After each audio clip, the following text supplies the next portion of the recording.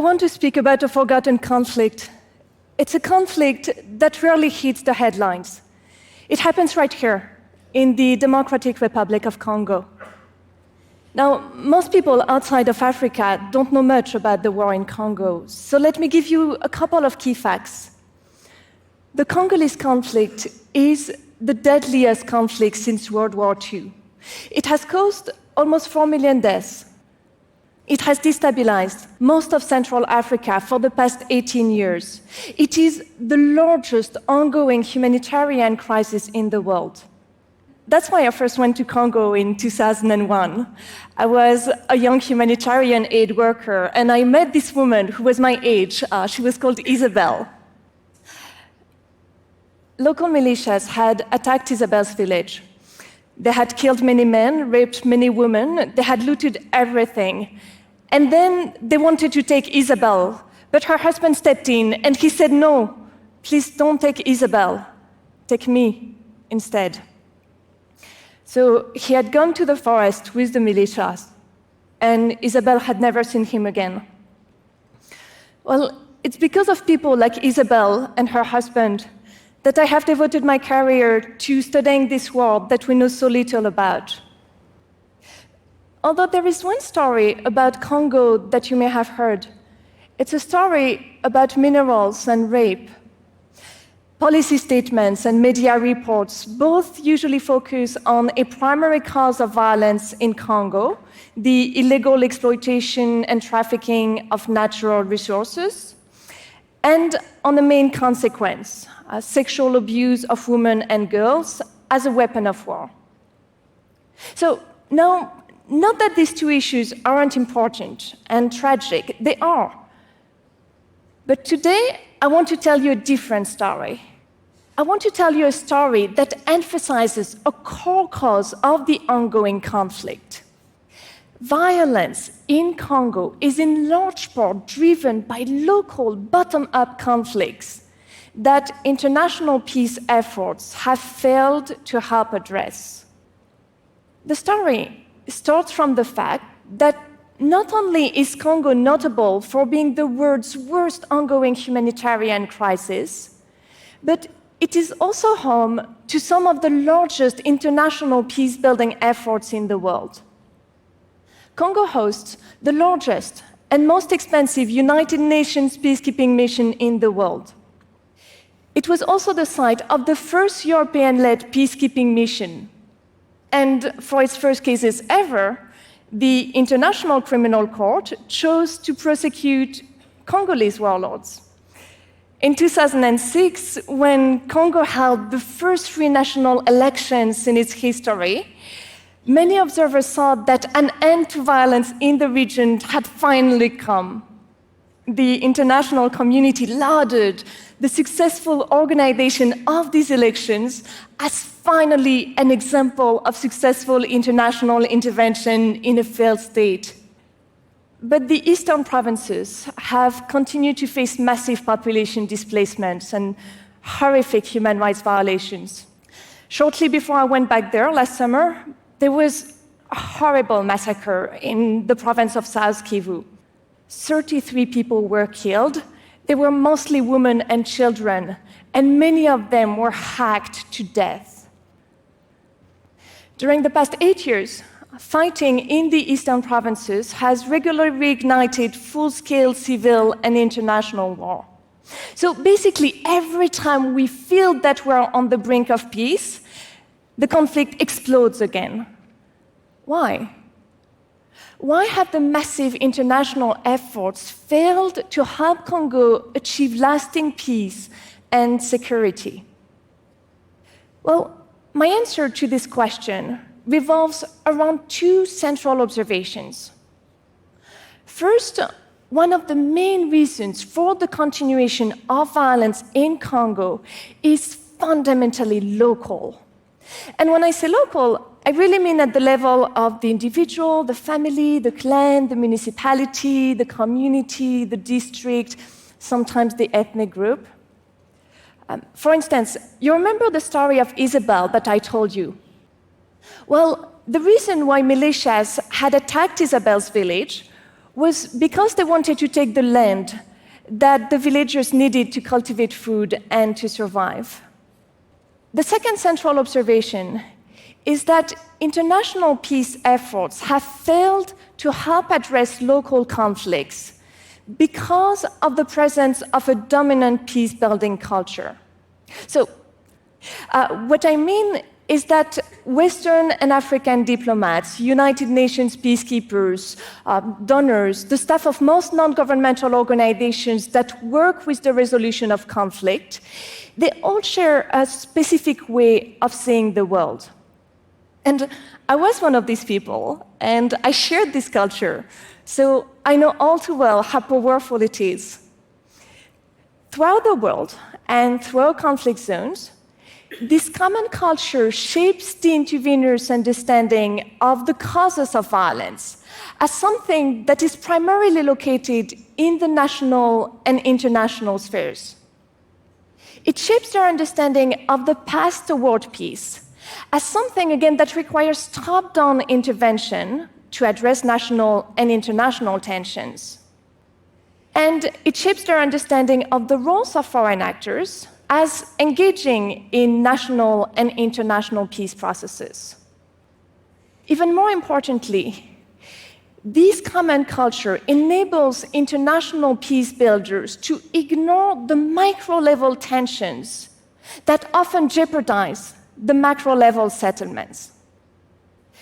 So, for instance, in Congo, because of how they are socialized and trained, United Nations officials, donors, diplomats, the staff of most non-governmental organizations, they interpret continued fighting and massacres as a top-down problem.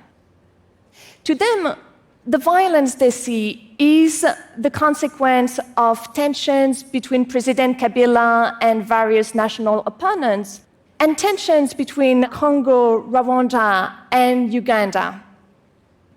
In addition, these international peace builders view local conflicts as simply the result of national and international tensions, insufficient state authority, and what they call the Congolese people's so-called inherent penchant for violence. The dominant culture also constructs intervention at the national and international levels as the only natural and legitimate task for United Nations staffers and diplomats. And it elevates the organization of general elections, which is now a sort of cure-all, as the most crucial state reconstruction mechanism of our more effective state-building approaches. And that happens not only in Congo, but also in many other conflict zones. But let's dig deeper into the other main sources of violence. In Congo, continuing violence is motivated not only by the national and international causes, but also by long-standing bottom-up agendas, whose main instigators are villagers, traditional chiefs, community chiefs, or ethnic leaders. Many conflicts revolve around political, social, and economic stakes that are distinctively local. For instance, there is a lot of competition at the village or district level over who can be chief of village or chief of territory according to traditional law, and who can control the distribution of land and the exploitation of local mining sites. This competition often results in localized fighting, for instance, in one village or territory, and quite frequently it escalates into generalized fighting, so across a whole province, and even at times into neighboring countries. Take the conflict between Congolese of Rwandan descent and the so-called indigenous communities of the Kivus. This conflict started in the 1930s during Belgian colonization, when both communities competed over access to land and to local power. Then, in 1960, after Congolese independence, it escalated because each camp tried to align with national politicians, but still to advance their local agendas. And then, at the time of the 1994 genocide in Rwanda, these local actors allied with Congolese and Rwandan armed groups, but still to advance their local agendas in the province of the Kivus. And since then, these local disputes over land and local power have fueled violence, and they have regularly jeopardized the national and international settlements. So we can wonder why, in these circumstances, the international peace builders have failed to help implement local peace-building programs. And the answer is that international interveners deem the resolution of grassroots conflict an unimportant, unfamiliar, and illegitimate task.